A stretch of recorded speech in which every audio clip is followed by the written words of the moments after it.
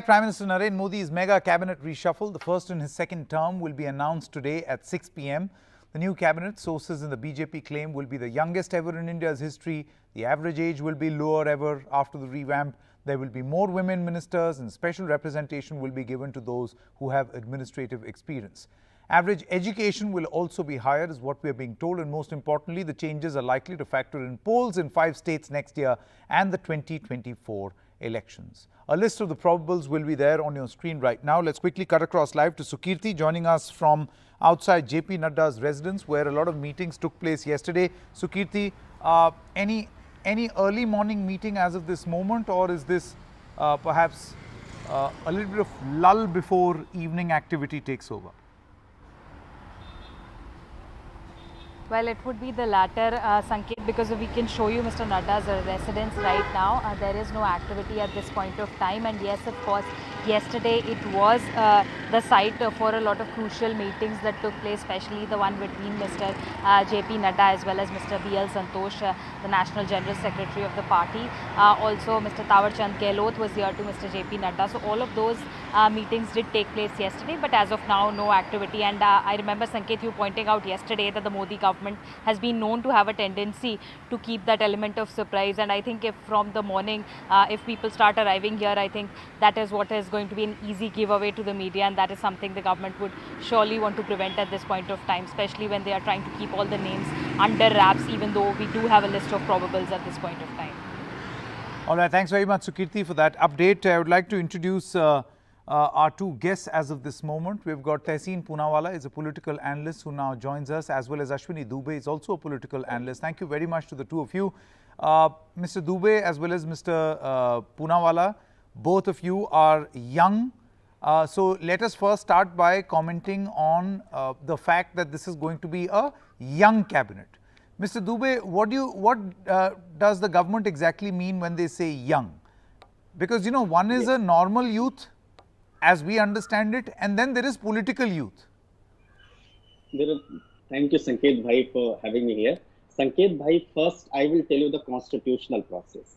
The number of ministers should be up to the 15% of the total Lok Sabha MP. This is the constitutional process. Yeah. Second, so far as the cabinet reshuffle is concerned, that takes place keeping, it's a so-on process, analyzing changes in the portfolios of ministers, gives an insight in the political leadership of different ministries of the government of India. Third, since our country is young, Prime Minister has a vision, the vision to reform India, and that's why he wants to bring into the domain, public domain, and we want to give the charge to the young MPs who can do more for the betterment of the society with lots of zeal and gist. This is what the vision of this Prime Minister. Okay, but Mr. Dubey, there is another problem. You know, there are two political pain points. One is who's the real LJP.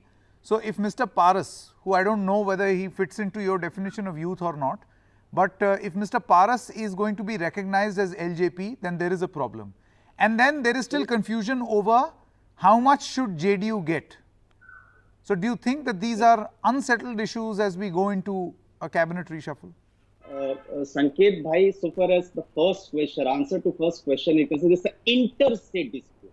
So interstate dispute can be decided by the party members who will sit together, them, and they will decide it. And if it goes to the election commission, then final call will be taken by the election commission, as happened in Akhilesh Yadav and Shivpal Yadav's case. Now coming to the second question, second answer, Sanket Bhai. If we talk about the second answer, then the JDU has been a pioneer aligned partner with the government of this NDA government, not from today, from Vajpayee's regime. And they have worked together for the betterment of the society as well as the country. So I don't think that the JDU is not the part of this country. JDU is also very much part of the country. And reshuffle is the continuing process. Remember 2019 when A. Raja resigned, Kapil Sibal took the charge. And Indira Gandhi, at the regime of Indira Gandhi, that time also, even in NDA 1, in UPA 1, there has been a continuing process. So reshuffle is a parliamentary process which keeps and goes on. Okay. Yeah, over to you. Tehseen Poonawala, how do you analyze this reshuffle? First of all, a comment on youth, being, you know, a youth icon yourself.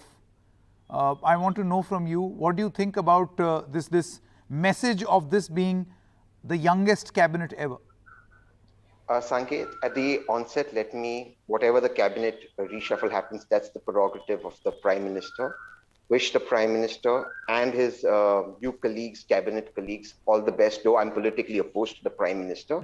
And I hope that they can spend their time in the service of India, our constitution and our peoples, because our people really need this.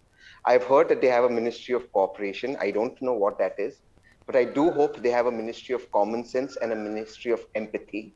A Ministry of Common Sense that they leave behind regressive thoughts and go ahead to take India on the path of progress, which it slipped down to. Remember, we were an economy growing at 10%, we're now at minus 7.3%. And a Ministry of Empathy that when we had the greatest human tragedy since 1947, everybody was snoozing. I hope we have some amount of empathy now to understand that these are our people and the government must be in the service of our people. If they can follow Mahatma Gandhi's advice to wipe every tear from every eye, I think they would have done a good job.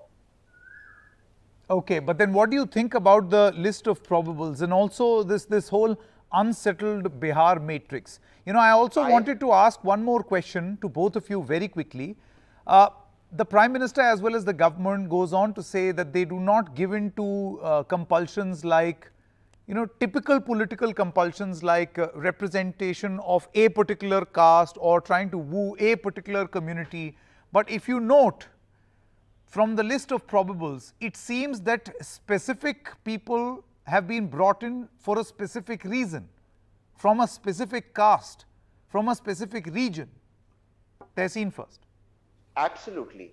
There is nothing that the Honorable Prime Minister does that is not calculated, including the time he comes on air and the date he comes on air. Everything is a calculation of the Honorable Prime Minister. Some to do with voodoo science, some to do with caste and combination that he's involved with. In fact, the Prime Minister kept pronouncing himself as an OBC Prime Minister when, and made sure that people knew about it. So let's be very clear that the Prime Minister is not shy of that politics. But one more thing, I am very curious to see if Jyotiraditya gets a ministry and if Narayan Rane gets a ministry. For me, as a Congress ideologue, that is interesting because if they accommodate Jyotiraditya, Narayan Rane and Himanta has now become Chief Minister, it is a definite message being sent to people in the Congress that you are welcome in the BJP and we are going to reward you. It also shows the lack of talent in the Bharatiya Janata Party. I mean, that comes from the top. Mr. Dubey, would you like to respond that any person who comes from outside will be respected and awarded for lack of talent within?